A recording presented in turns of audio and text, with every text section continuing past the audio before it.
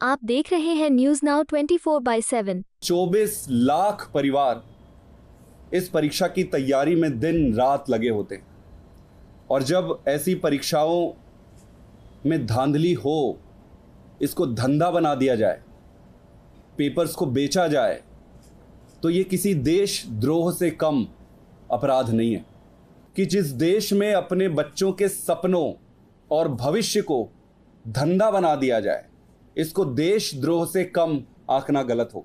ये paper leak हुआ 24 घंटे पहले बिहार में पेपर लीक हुए और लगभग 60 लाख से 70 लाख में पेपर बिके। गुजरात में गोधरा में एक कोचिंग सेंटर के जरिए पेपर बेचे गए, 33 लाख से 50 लाख के आसपास में पेपर बेचा गया। इस परीक्षा के दौरान 67 लोग रैंक 1 आए। इस 67 लोगों में से 6 लोग ऐसे थे जो एक ही सेंटर से रैंक 1 आए। ग्रेस मार्क कभी भी लेट एग्जाम होने के लिए नहीं दिया गया। ग्रेस मार्क 140 नंबर तक के ग्रेस मार्क दिए गए। भाई 720 मार्क के पूरी परीक्षा में आप 140 ग्रेस मार्क दे रहे हो। ये 1563 कौन लोग हैं जिनको आपने ग्रेस मार्क दिया? भारतीय जनता पार्टी का इस धांधली से क्या कनेक्शन है? जो हरियाणा के एक सेंटर जहां से 6 लोगों को रैंक 1 दिया गया, वो भारतीय जनता पार्टी के एक लीडर का है। नीट मामला इन दिनों विपक्षी दलों द्वारा जोर शोर से उठाया जा रहा है। नीट मामले में आम आदमी पार्टी सांसद संदीप पाठक ने भाजपा पर निशाना साधा। उन्होंने नीट परीक्षा में धांधली को देशद्रोह बताया। साथ ही कहा कि भाजपा का इस धांधली से क्या कनेक्शन है। संदीप पाठक ने कहा कि नीट परीक्षा में धांधली किसी देशद्रोह से कम नहीं है। एक मामला बिहार में पेपर लीक का है, दूसरा मामला गुजरात का है जहां कोचिंग सेंटर में पेपर बेचे गए। इसके अलावा मार्किंग को लेकर भी सवाल उठ रहे हैं। उन्होंने ये भी दावा किया है कि इसमें सरकार की मिलीभगत है। संदीप पाठक ने कहा कि एनटीए ने ग्रेस मार्क की बात कही, जबकि एग्जाम लेट हुआ तो सभी बच्चों को ग्रेस मार्क दिया जाता है। सिर्फ 1563 लोगों को ग्रेस मार्क्स दिए गए। अब लोग पूछ रहे हैं इन मार्क्स का आधार क्या है। हरियाणा के जिस सेंटर से 6 लोगों को एक जैसे मार्क्स आए वो बीजेपी के नेता का है। मैं नाम नहीं लूंगा, कोर्ट में मामला चल रहा है। गुजरात में पिछले 11 साल में 11 पेपर लीक हुए हैं। 2015 के बाद गुजरात में एक भी ऐसी परीक्षा नहीं हुई है जिसका पेपर लीक नहीं हुआ है। भाजपा का पेपर लीक से पुराना संबंध है। पिछले कुछ दिनों में जो नीट परीक्षा होती है उस पर एक बहुत बड़ी धांधली सामने आया है। ये नीट परीक्षा देश के लिए बहुत महत्वपूर्ण है। जितने भी देश में मेडिकल के एडमिशन होते हैं मेडिकल कॉलेजेस में, वो इस परीक्षा के माध्यम से ही बच्चों का दाखिला होता है। देश में लगभग 1 लाख के आसपास टोटल सीट्स हैं मेडिकल कॉलेजेस में और लगभग 24 लाख बच्चे इस परीक्षा को देते हैं। जब बच्चे इस परीक्षा को देते हैं तो वो बहुत यंग एज में होते हैं, 11वीं 12वीं से, और अब तो कह सकते हैं कि कोचिंग सेंटर्स के आने के बाद से 10वीं से ही बच्चा उसकी तैयारी करने में लग जाता है। इतने यंग एज में जब बच्चा लगता है तो वो बच्चा अकेले उस परीक्षा की तैयारी में नहीं लगता है, उसका पूरा परिवार इस परीक्षा की तैयारी में लगता है। अब आप सोचिए कि 24 लाख परिवार इस परीक्षा की तैयारी में दिन रात लगे होते हैं और जब ऐसी परीक्षाओं में धांधली हो, इसको धंधा बना दिया जाए, पेपर्स को बेचा जाए, तो ये किसी देशद्रोह से कम अपराध नहीं है। आप ये मानिए कि भारत के जो डॉक्टर्स हैं, हमारे जो चिकित्सक हैं, पूरी दुनिया में उनकी शानी मानी जाती है। कहा जाता है कि हमारे देश के डॉक्टर बड़े बुद्धिमान होते हैं। आपको सोचना पड़ेगा कि ऐसा क्यों कहा जाता है। ऐसा इसलिए कहा जाता है कि हमारे देश में मेडिकल कॉलेज में एडमिशन लेने वाले जो बच्चे होते हैं वो बहुत फाइन तरीके से चुन कर आते हैं, मेरिट के आधार पर वो चुन के आते हैं। जो best of the best students है वही आकर कॉलेज में एडमिशन लेते हैं। अब ऐसी परिस्थिति में एक व्यवस्था है जो आपके पूरे मेडिकल जो डॉक्टर्स हैं उनकी अच्छी पढ़ाई, अच्छी शिक्षा दीक्षा में कंट्रीब्यूट कर रही है। आज अब अगर इस व्यवस्था को ही आप ध्वस्त कर दो, इस व्यवस्था में ही अगर आप भ्रष्टाचार ले आओ, तो कभी भी देश का कोई भी अच्छा ना चिकित्सक बनेगा। और ये तो एक बात है, सबसे महत्वपूर्ण बात ये है कि जिस देश में अपने बच्चों के सपनों और भविष्य को धंधा बना दिया जाए, इसको देशद्रोह से कम आंकना गलत हो। मेरा ये मानना है कि अगर देश को आगे बढ़ाना है तो संस्थाओं को मजबूत करना पड़ेगा। इस तरीके से संस्थाओं को तोड़ने से देश आगे नहीं बढ़ सकता है। एक मिडिल क्लास आदमी, एक किसान का आदमी, एक गांव का आदमी, आज उसके पास एक ही ऑप्शन होता है कि मैं पढ़ाई करके, परीक्षा करके, जैसे तैसे करके इस परीक्षा को पास करूं तो मेरा भविष्य बनेगा। आज अगर ये पेपर बिकने लग गए, आज अगर इसमें भी धांधली घुस गई, उसके पास उसकी उम्मीद के लिए, सपने के लिए कुछ भी नहीं बचता है। मैं आपको बताऊं, नीट के संबंध में 2 प्रमुख धांधली के इल्ज़ाम लगे हैं जो सामने आए हैं। सबसे पहला तो पेपर लीक का मामला है। ये पेपर लीक हुआ 24 घंटे पहले बिहार में पेपर लीक हुए और लगभग 60 लाख से 70 लाख में पेपर बिके हैं। वहाँ एसआईटी का गठन किया गया और वो एसआईटी कह रही है कि एक इंटर स्टेट गैंग है जो ये कर रहा है। इसी सीरीज में गुजरात में गोधरा में एक कोचिंग सेंटर के जरिए पेपर बेचे गए। 33 लाख से 50 लाख के आसपास में पेपर बेचा गया। तो पेपर लीक होके बेचने का एक मामला है। इसके अलावा एक दूसरा पक्ष भी है, वो है मार्किंग का। अब इतने बड़े परीक्षा में और एक एजेंसी जो एनटीए है, नेशनल टेस्टिंग एजेंसी, जिसको सिर्फ परीक्षा लेने के लिए गठित किया गया है, वो जो मार्किंग है, जो नंबर्स दिए हैं, उस पर कुछ समझ ही नहीं आ रहा है। आप उसमें देखेंगे कि इस परीक्षा के दौरान 67 लोग रैंक 1 आए।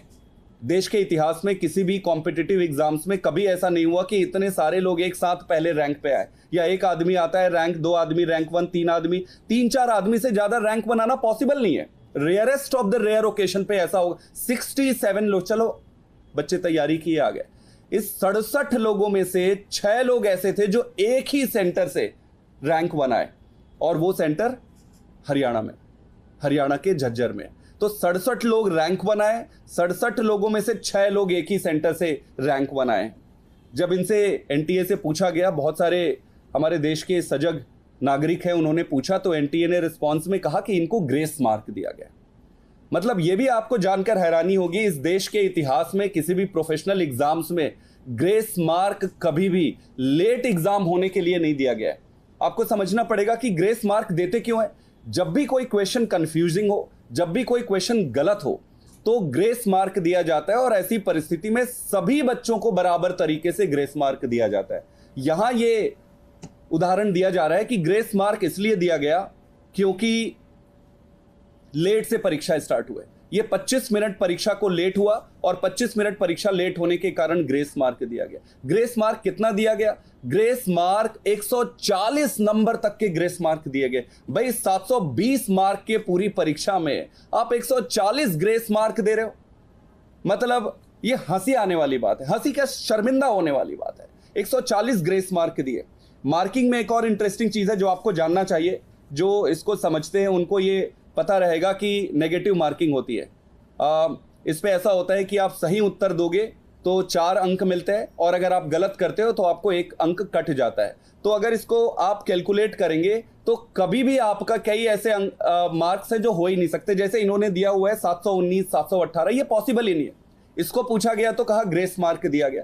ये लगभग 1563 लोगों को इन्होंने ग्रेस मार्क दिया है। हम पूरा देश ये जानना चाहता है, वो सारे बच्चे ये जानना चाहते हैं कि भाई ये 1563 कौन लोग हैं जिनको आपने ग्रेस मार्क दिया। ये 1563 किस किस सेंटर के हैं जिनको आपने ग्रेस मार्क दिया, और ग्रेस मार्क का क्या आधार है जिस आधार पे आपने ग्रेस मार्क दिया। आप आश्चर्यचकित हो जाएंगे कि ये सिर्फ 2 ही पहलू नहीं है। इसका सबसे इंपॉर्टेंट, महत्वपूर्ण पहलू ये है कि भारतीय जनता पार्टी का इस धांधली से क्या कनेक्शन है। आपको बड़ा आश्चर्य होगा कि देश के इतिहास में आज तक जितने पेपर लीक्स हुए हैं, जितने इस तरीके से बच्चों के भविष्य को बेचने के धंधे हुए हैं, उसका भारतीय जनता पार्टी ने इंस्टीट्यूशनलाइज कर लिया है। मतलब उनसे ज्यादा अच्छा और किसी को नहीं आता है कि कैसे पेपर बेचा जाए, कैसे इस पे धंधा किया जाए। इस केस में भी जो हरियाणा के एक सेंटर जहां से 6 लोगों को रैंक 1 दिया गया, वो भारतीय जनता पार्टी के एक लीडर का है। कोर्ट में केस है, मामला चल रहा है। मैं ज़्यादा उस स्कूल का नाम और उस व्यक्ति का नाम नहीं लूँगा, आने वाले समय में नाम लेंगे भी मुझे पूरा भरोसा है कि कोर्ट इसका संज्ञान लेगी। लेकिन दोस्तों, भारतीय जनता पार्टी और पेपर लीक का ये जो संबंध है आपसी, जो इनकी घनिष्ठता है, वो यहीं ख़त्म नहीं हो जाती है। ये तो इस पूरे पिक्चर का एक छोटा सा परिदृश्य, एक पहलू है।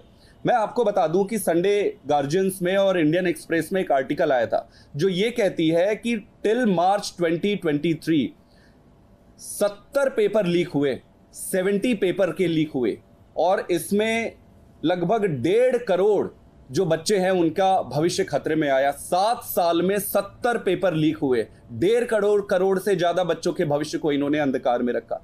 मैं गुजरात में आपको बताऊं, गुजरात तो इसका गढ़ बन गया है। The genesis of entire problem यहीं से शुरू होती है। आप गुजरात में देखोगे कि 2012 से पिछले 11 साल में 11 पेपर लीक हुए। 2015 से आज तक एक भी, मैं फिर से रिपीट कर रहा हूं, 2015 से आज तक एक भी पेपर बिना लीक के गुजरात में एग्जाम कंडक्ट नहीं हुआ है।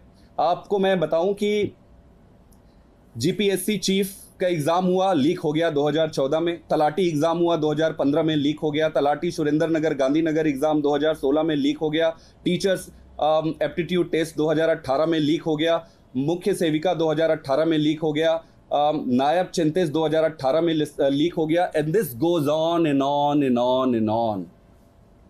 Not even a single examinations have been conducted fairly in Gujarat. And Gujarat is not the only state. जहां जहां भारतीय जनता पार्टी की सरकार है, ये धंधा वहां फ्लरिश हो रहा है। मैं आपको बता दूं एक और इसी कड़ी में, मध्य प्रदेश में व्यापम घोटाला जो हुआ था, इससे बड़ा परीक्षा के संबंध में घोटाला कभी नहीं हुआ। इस व्यावसायिक परीक्षा मंडल है व्यापम, इसमें लगभग 13 ऐसी परीक्षाएं होती हैं जो अलग अलग जॉब्स के लिए और एडमिशन के लिए होती है। इसमें पेपर लीक के कारण लगभग हजारों मेडिकल स्टूडेंट एडमिशन लिए और लाखों की संख्या में प्रोफेशनल एडमिशन लिए। इंटरेस्टिंग बात यह है कि इसमें भारतीय जनता पार्टी के जो एजुकेशन मिनिस्टर थे वहां पे देन लक्ष्मीकांत शर्मा जी, उनको पुलिस ने पकड़ा। उसके साथ साथ भाजपा के कई नेताओं को पकड़ा, लेकिन पहली एफआईआर करने में 8 साल लग गए। आप सोचो उन बच्चों की क्या स्थिति रही होगी, उन माता पिताओं की क्या स्थिति रही होगी कि 8 साल लग गए पहला एफआईआर होने में। सुप्रीम कोर्ट के इंटरवेंशन से एसआईटी बनी और ये लगभग 1200 से ज्यादा लोगों पर केस हुए। लेकिन दुर्भाग्य की बात यह है कि इसमें उन बच्चों के ऊपर भी केस और उन माता पिताओं के ऊपर भी केस हुए जो इस नेक्सस में फंस गए, जो पेपर को खरीदे। और दुर्भाग्य की सबसे बड़ी बात है कि लगभग 23 लोग इस केस में मर गए। 23 लोगों ने जान अननेचुरल, एसआईटी कहती है कि 23 लोगों ने अननेचुरल तरीके से डेथ दिखाया है उसमें। इसमें इतने मर्डर हुए, इसमें इतने जाने गई, इसमें कई सारे ऐसे बच्चों की जानें चली गई, माता पिता के इस पूरे केस में जान चली गई जो इस केस में जाने अनजाने फंस गए। व्यापम का सेकंड पार्ट भी आया, जैसे पिक्चरों की सेकंड पार्ट आती है, व्यापम का सेकंड पार्ट आया। इसमें पटवारी की एक परीक्षा होती है। पटवारी परीक्षा में 10 लोगों की मेरिट लिस्ट निकलती है। 10 लोगों में से 7 लोग जो नंबर 1 आए, रैंक 1, वो एक ही सेंटर में थे। और बीजेपी का संबंध यहां खत्म नहीं होता है, वो सेंटर भारतीय जनता पार्टी के एक नेता का है। तो इस तरीके से भाजपा का और पेपर लीक का जो एक्सपर्टीज है वो बहुत पुराना है, इनका बहुत पुराना गहरा संबंध है। मैं प्रधानमंत्री जी से कहना चाहता हूं, अभी पिछले पार्लियामेंट में सेशन में चुनाव के पहले भारतीय जनता पार्टी की सरकार ने public examination prevention of unfair means ये एक लॉ लेकर आए। इसके बारे में मैंने सदन में भी उठाया था। इस कानून को लाते समय इतनी हास्यास्पद बात है इसमें, ये कहते हैं, ये कानून लेकर आए जो ये कहती है कि भाई 10 साल की सजा देंगे, 10 साल की सजा देंगे और मैक्सिमम इस पे आपको पैसा जो भरना रहेगा, फाइन रहेगा 1 करोड़ का। अरे भाई साहब, एक पेपर 70 लाख में बिकता है, मैक्सिमम फाइन आप 1 करोड़ का लगा रहे हो, मजाक बना रहे हो। जो लाखों करोड़ों बच्चों के भविष्य को बेच दिए, बर्बाद कर दिए, उसको आप 10 साल इंप्रिजनमेंट कहते हो। आपको लगता है कि कोई बड़ा नेता इसमें जेल में जाएगा? किसी एक को, मुर्गे को फंसा के डाल देंगे कि भाई इसको ले जाओ जेल, आ जाओ 10 साल घूम के। मजाक बना रखा है। मैंने सदन में भी खड़े होकर ये बोला कि भाई सबसे पहले तो अगर किसी एग्जाम में ये सारी बातें आती है तो तुरंत स्क्रैप करके एग्जाम को फिर से कंडक्ट करने की प्रावधान होनी चाहिए, सबसे पहला। दूसरा, अगर कोई बच्चा या कोई माता पिता अनफेयरली इसमें फंस गए, उनको इससे कैसे सुरक्षित किया जाए ये समझना पड़ेगा। तीसरा, इसमें जो किंग पिन है वो कब तक पकड़ा जाएगा? आज आप देखिए कि ये आज से नहीं, 2012 से अगर आज तक लेंगे तो लगातार लगातार लगातार लगातार धांधली होते जा रहे हैं, कोई फंस ही नहीं रहा है। प्रधानमंत्री जी से और शिक्षा मंत्री जी से हाथ जोड़ के मेरा निवेदन है, इसको राजनीतिक मुद्दा हम बनाना नहीं चाहते, लेकिन बड़ा दुख होता है, हम भी इसी प्रक्रिया से गुजर के आए हैं। इसी प्रक्रिया से जब आप अपने बच्चों के भविष्य को बेचने लगो या आपकी धांधली इस लेवल पे पहुंच जाए कि बच्चों के भविष्य को आप ताक में रखने लगो, समझ लो कि आपका कोई नैतिक अधिकार नहीं बनता है पद में रहने का। आप प्रधानमंत्री जी उत्तर दीजिए, माफी मांगिए देश से, अपने शिक्षा मंत्री को तुरंत सस्पेंड करिए या फिर उनको खुद से त्यागपत्र दे देना चाहिए। हमारी पार्टी की तरफ से हमने आज पूरे देश में प्रोटेस्ट रखा, ज्ञापन रखा है। आने वाले समय में इस अभियान को और बड़ा करेंगे और मैं उन सभी लोगों से यह आह्वान और अनुरोध करता हूं कि इस मुद्दे को राजनीतिक प्रिज्म में ना देखें। भारतीय जनता पार्टी ने अगर अपराध और गुनाह किया है या जो भी व्यक्ति इससे संबंधित है तो उसके खिलाफ आवाज उठाना पड़ेगा, नहीं तो देश में कुछ बचेगा नहीं। आपको यह वीडियो पसंद आया हो तो इसे लाइक करें, हमारे चैनल को सब्सक्राइब करें।